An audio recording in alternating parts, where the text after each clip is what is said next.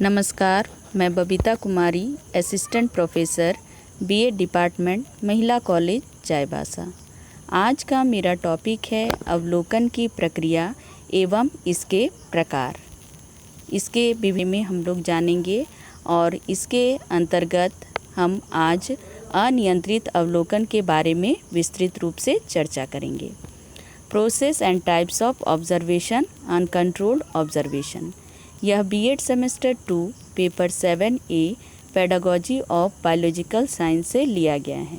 तो आइए शुरू करते हैं। अवलोकन की प्रक्रिया, प्रोसेस ऑफ ऑब्जर्वेशन। जैसा कि हम जानते हैं कि अवलोकन जो होता है वह सोच समझकर किया जाता है और यह एक क्रमबद्ध प्रक्रिया होती है। इसलिए अवलोकन प्रारंभ करने से पूर्व अवलोकनकर्ता अवलोकन के प्रत्येक चरण को सुनिश्चित कर लेता है कि उसे क्या क्या करना है। सबसे पहला जो स्टेप है वह है प्रारंभिक आवश्यकताएं।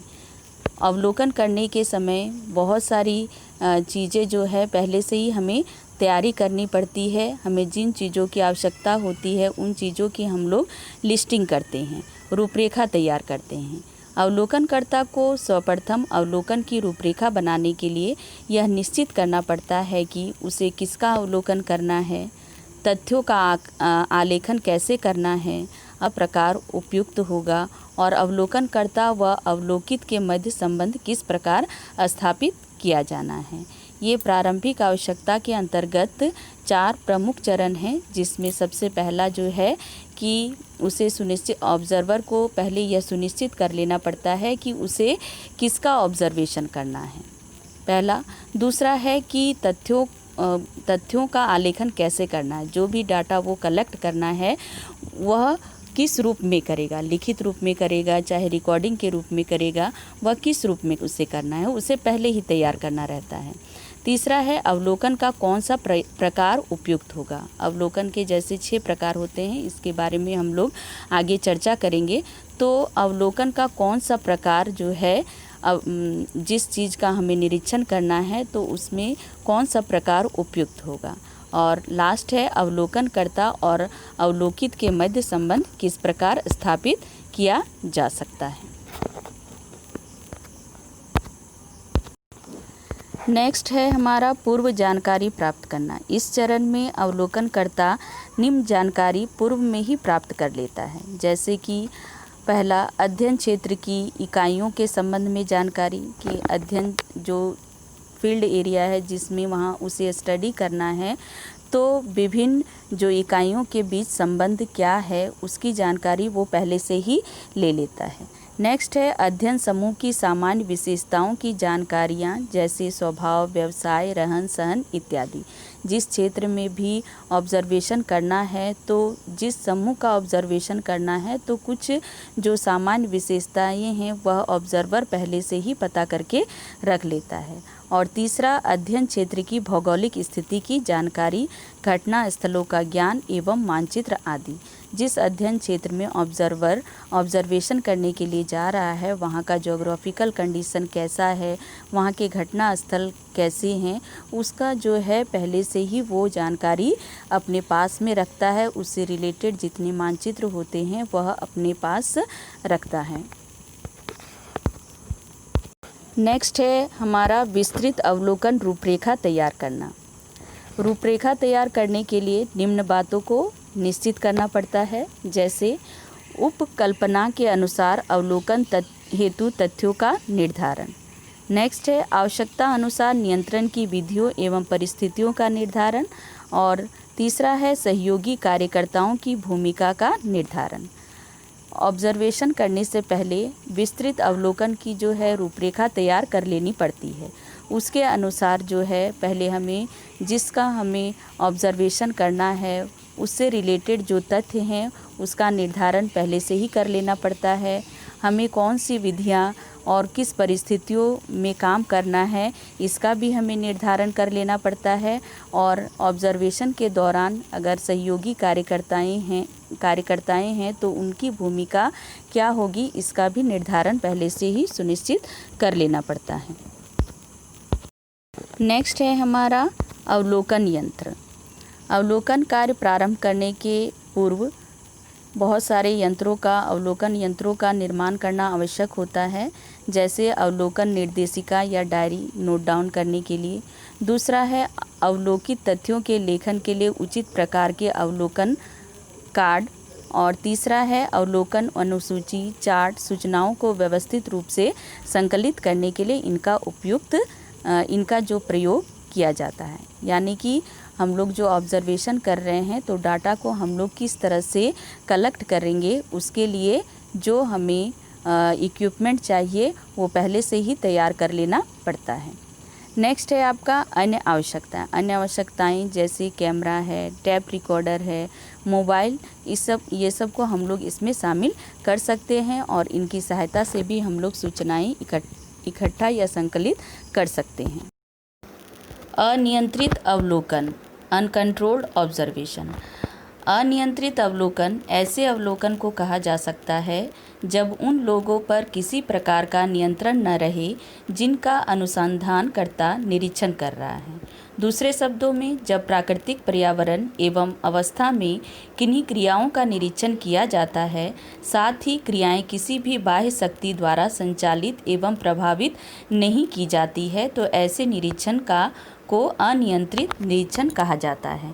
कहने का आशय यह हुआ कि अनियंत्रित अवलोकन या निरीक्षण इस प्रकार का निरीक्षण है जिस पर किसी प्रकार का नियंत्रण नहीं रहे और बाह्य शक्ति से भी प्रभावित नहीं रहे। एज यूजुअल जिस प्रकार से है उसी प्रकार से उसका ऑब्जर्वेशन किया जाए।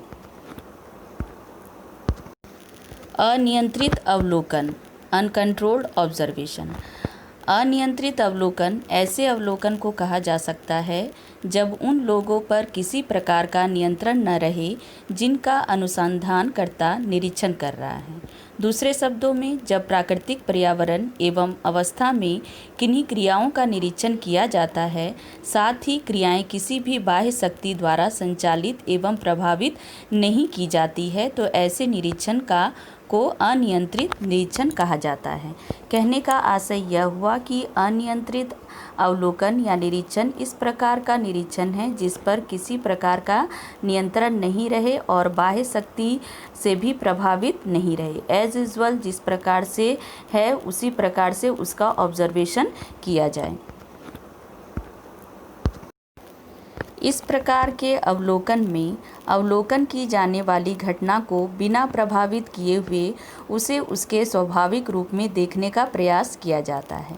इसलिए गुड एवं हॉट ने इसे साधारण अवलोकन, सिंपल ऑब्जर्वेशन कहा है। नेक्स्ट है जहोदा एवं कुक ने इसे असंरचित अवलोकन यानी कि अनस्ट्रक्चर्ड ऑब्जर्वेशन का नाम दिया है। समाज विज्ञान में इस अवलोकन को स्वतंत्र अवलोकन, जिसे हम ओपन ऑब्जर्वेशन, अनौपचारिक अवलोकन, इनफॉर्मल ऑब्जर्वेशन तथा अनिश्चित अवलोकन मीन्स अनडायरेक्टेड ऑब्जर्वेशन भी कहते हैं। कहने का आशय यह हुआ कि बहुत सारे इस अवलोकन को हम लोग अनियंत्रित अवलोकन को हम लोग विभिन्न नामों से भी जानते हैं, जैसे असंरचित अवलोकन, अनस्ट्रक्चर्ड, पहले से यह प्री प्लान्ड नहीं रहती है और इसे स्वाभाविक रूप किसी भी घटना का हम लोग स्वाभाविक रूप से उसका अवलोकन करते हैं, इसलिए अनस्ट्रक्चर्ड ऑब्जर्वेशन इसे कहा गया है।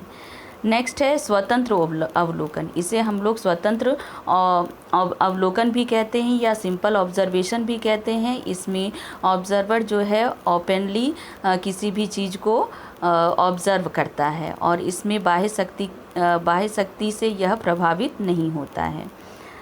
इसे अनौपचारिक और अनिश्चित अवलोकन भी कहते हैं। इस प्रकार हम लोगों ने देखा, जो भी हमने अभी बात की, इससे हमें अनियंत्रित अवलोकन की 4 विशेषताओं का पता चलता है। पहला, अवलोकनकर्ता पर किसी भी प्रकार का नियंत्रण नहीं लगाया जाता है। नेक्स्ट, अध्ययन की जाने वाली घटना पर भी नियंत्रण नहीं लगाया जा सकता। इसमें ऑब्जर्वेशन, जिसका हम ऑब्जर्वेशन कर रहे हैं उसमें भी कोई कंट्रोल नहीं होता है और ऑब्जर्वर पर यानी कि अवलोकनकर्ता पर भी कोई भी नियंत्रण नहीं रहता है। नेक्स्ट है घटना का स्वाभाविक परिस्थिति में अध्ययन किया जाता है। जिस तरह से है एज यूजुअल उसी परिस्थिति में उसका अध्ययन किया जाता है। और नेक्स्ट है यह अत्यंत सरल एवं लोकप्रिय विधि है। अब हम अनियंत्रित अवलोकन की उपयोगिता के बारे में बात करेंगे। अनियंत्रित अवलोकन में सामाजिक घटनाओं को बिना प्रभावित किए उनके स्वाभाविक रूप में देखा जा सकता है और उससे रिलेटेड जो है सूचनाएं एकत्रित की जा सकती है। नेक्स्ट है इसमें अध्ययन में निष्पक्षता एवं वैश्विकता बनाना संभव होता है।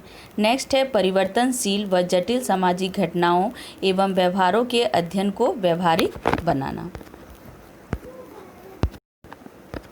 नेक्स्ट है अनियंत्रित अवलोकन के दोष, लिमिटेशंस ऑफ अनकंट्रोल्ड ऑब्जर्वेशन।